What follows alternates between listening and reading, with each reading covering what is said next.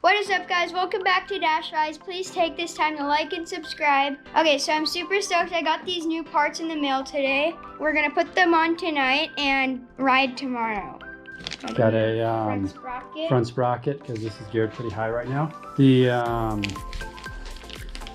fuel petcock, when we changed the tank and we let the petcock dry out for a day, it actually kind of rotted away. I guess the rubber firmed up and it developed a leak. So we're going to rebuild that. And then we have a skid plate. Yep, got a skid plate we're going to throw on there. Yeah. We were also able to get a cut seat because the bike is really tall for him. Factory seat, cut seat. So he's gaining a little bit there. Half an inch. Yeah, it's like 2 inches, right? Yeah. Wow. Okay, I'm happy. Let's get this done.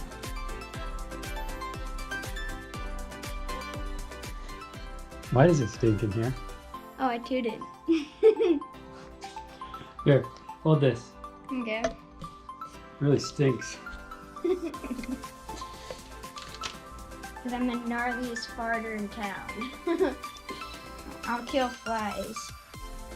So to get that off, that counter sprocket off, gotta have some snap ring pliers. Oh, there you go.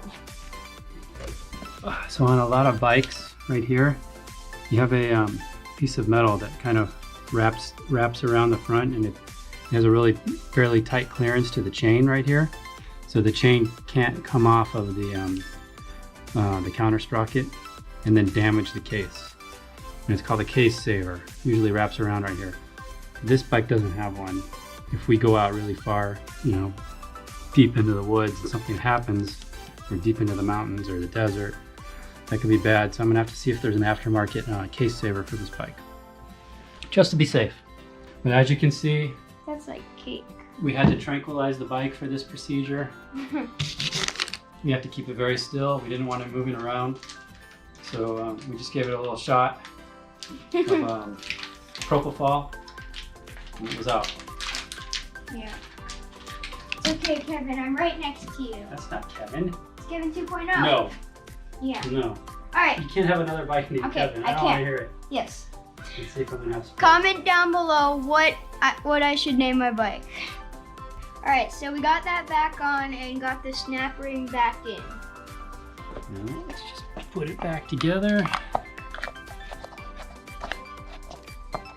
Hold this. How would you suggest I tighten that bolt better? Like crisscross. I'm gonna start right here. Yeah. So you want to crisscross? Move it there. Now where? Maybe Can you go to the opposite one? Yeah. Good job. And we can jump over. Huh? Right like there. this one. Mm-hmm. Jump to the opposite. Yeah. Okay. Good job. That's great. Let's jump over here. And then put that last bolt right there. It's a Ricochet skid plate. It's got good beefy protection for the water pump and the case on this side and on that side, which this bike is lacking. There's not even a frame over there to protect it. Yeah. Now, I'm not a welder. I do have a TIG welder, and I TIG occasionally, but I'm not a professional welder by any means. But that is not a great weld right there. It's not very good right there. Oh, look what these guys did to me. What? Torx. It's got a big old Torx head on it. Well, unfortunately, the hardware they gave us is we need a Torx T40. And I have a ton of Torx drives, but they're all much smaller than this. I don't have that. So I guess we're not going riding in the morning. Well, we could, but I'm gonna go to the hardware store and have to buy one of these. I think when you're sending a product with specialized fasteners, you should probably throw in a bit that works with it. Just how I feel. All right, Saturday morning, and we're back. Just went to the hardware store. I didn't spend a lot of money on these tools since I will hardly ever use them. So I just went with Harbor Freight. So I went a step further and I actually got a whole set that are security Torx. They have that hole in there. If you've ever seen one of those Torx head screws and it has a pin in the middle so you can't get the bit down in there, that's what these are for. So probably never use them, but who knows.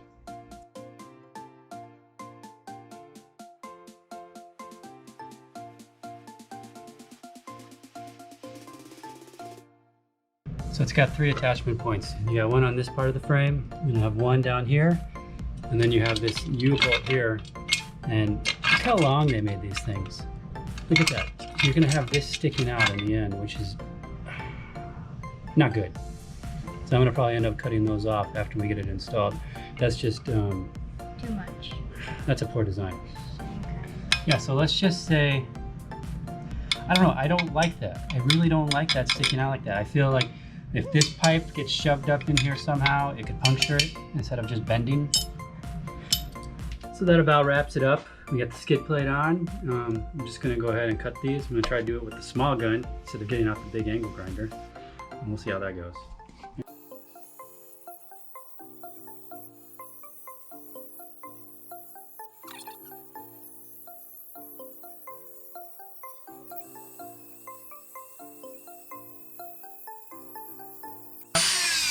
There we go. Okay. Eye protection. Yep. You too? Yeah. Show it, yeah. All right. Back with Milwaukee. Yeah.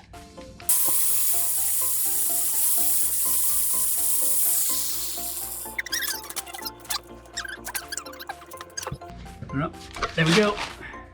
Woohoo! It's on there. We got a little bit of more protection right here now. That's what, because this is the whole area I was worried about. It's right here. You know, It hangs out so far. some rock coming up right there onto the case and the water pump. So we're a little better now. A few more things to do, but we're gonna ride before we do any of those, right? Yeah. All right. We can't go another week without riding. All right. We got to be pushing close to 100 already. Yep. So I don't know how much further we're gonna make it today. To be quite honest, it's getting hot. But we want to do get Dash back on a black diamond trail. See how he does on there. It's not really a black diamond. It's a black diamond for Hungry Valley.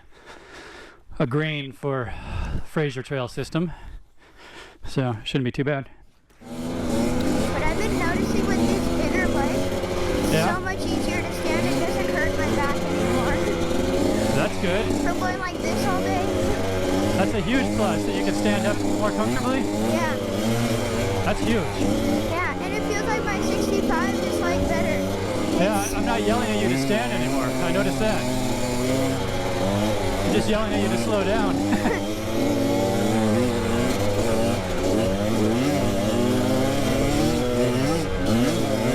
Today would have been a great day to leave the armor at home, because it's hot.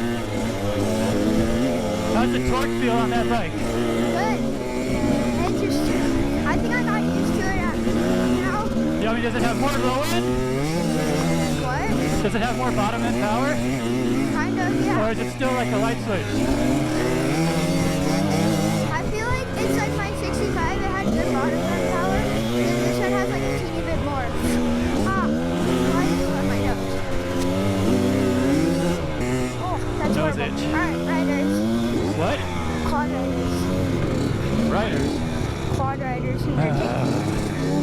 Maybe they're gonna let us pass.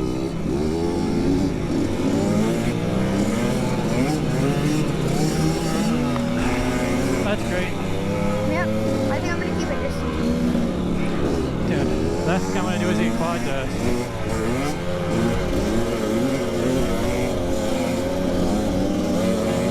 Crap. I can't see it. Neither can I. Alright. Let's pull over. If they don't. Wait, just wait. Can't see. Yeah, me too.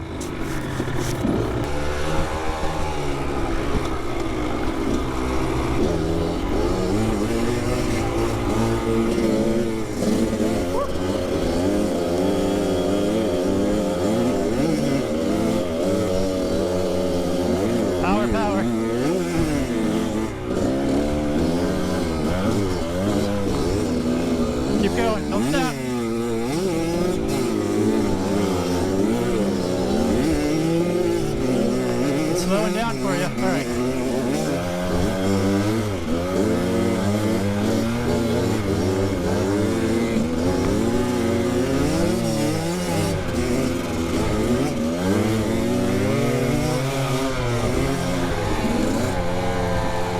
You're definitely doing better on regular flowing trails.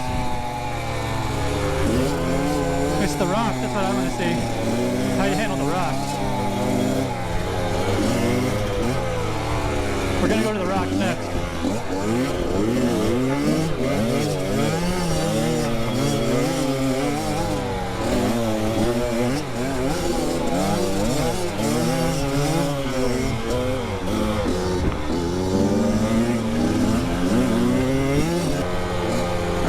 There used to be some jumps here when we hit this trail a long time ago. There used to be what here? Some jumps. You would jump them somehow on the 65. Oh yeah, here. I didn't know, not here. You did. Like I just stay on the ground even though I'm going the same speed. Gravity. I jumped it. You did? Yeah. Yay.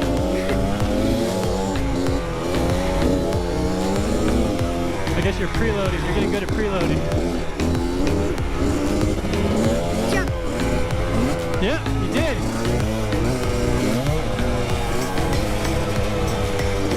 Yeah, you're awesome.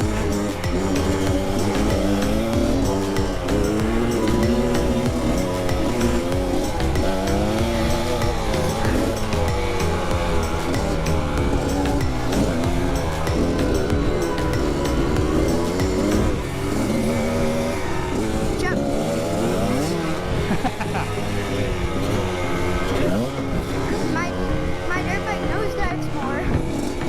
For Yeah. sure. Yeah. You just gotta give it a little more pop then.